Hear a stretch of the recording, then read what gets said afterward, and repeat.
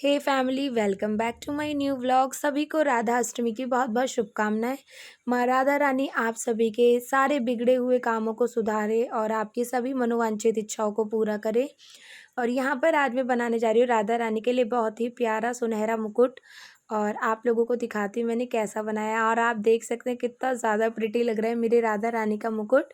और कुछ मैंने ऐसे बनाने की कोशिश करी थी, तो प्लीज़ आप मेरे को बताना कि अच्छा लगा या नहीं। और अब मैं आपको बताती हूँ कि मैंने बनाया कैसे। और इसके अलावा यहाँ पर बनाया कैसे, तो वो तो आपको मैंने दिखाया कि गिल्टर शीट वगैरह का यूज़ करते हुए मैंने बनाया है। उसके अलावा अब मैं राधा रानी जी के लिए बना रही हूँ लोटस, क्योंकि राधा रानी जी कमल के ऊपर बैठती हैं। तो यहाँ पर आप देख सकते हैं कि किस तरह से मैं कमल बना रही हूँ। और ये मैं वो कमल बना रही हूँ जो कभी ना कुम्हलाए। कुम्हलाए मीन्स कभी भी ड्राई ना होगा ये कमल। तो यहाँ पर मैं अपनी राधा रानी के लिए बहुत प्यारा कमल बना रही हूँ। एक्चुअली मुझे ये डिसीज़न इसलिए भी लेना पड़ा क्योंकि मुझे मेरे नियर बाय मार्केट में कहीं भी कमल का फूल नहीं मिला। और राधा अष्टमी वाले दिन ऐसा बोला जाता है कि कमल की पूजा होती है, तो इसलिए मैंने सोचा क्यों ना, जब राधा रानी ने इतना हाथों में हुनर दिया है तो क्यों ना हम अपने हुनर को यूज़ करें।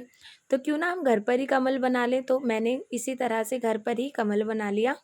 और आपको मैं दिखा रही हूँ एक एक प्रोसेस कि किस तरह से मैंने जो कमल के जो पेटल्स हैं वो किस तरह से मैं बना रही हूँ। और इस तरह से आपको फ़ोल्ड करना है, बस कोन बनाते जाने हैं। और देख सकते हैं आप कितना ज़्यादा अच्छा लग रहा है। और जब आप फाइनल लुक देखेंगे मेरे कमल का तो आपको और भी ज़्यादा अच्छा लगेगा ये कमल।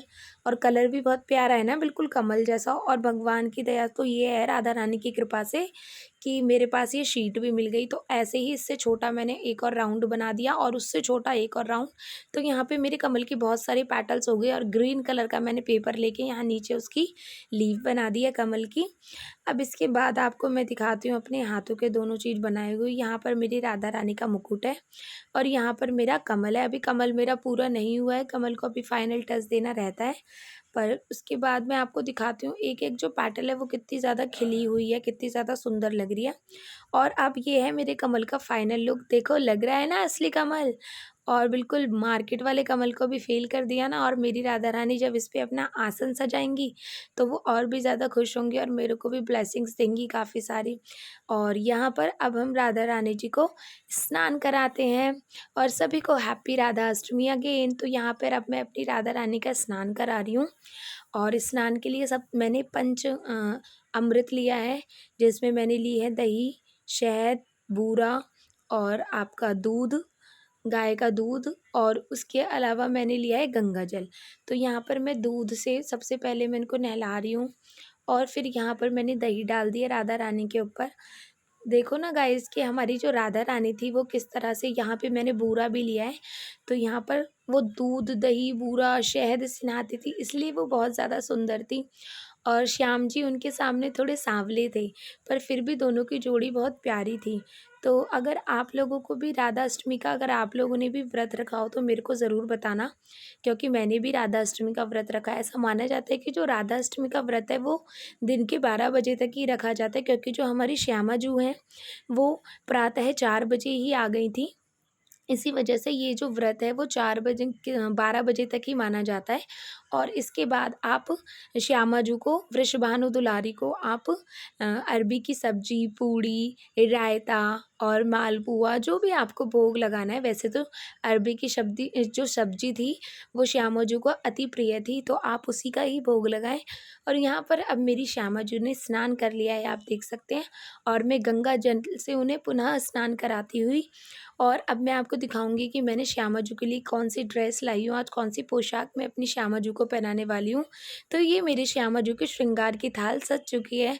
और आप देख सकते हैं यहाँ पर हथकंगन है, नाक की नथुनी है और गले का टीका है, और मतलब माथे का टीका है। मतलब आपको सब कुछ दिख रहा होगा। यहाँ पर श्यामा जू की ओढ़नी है।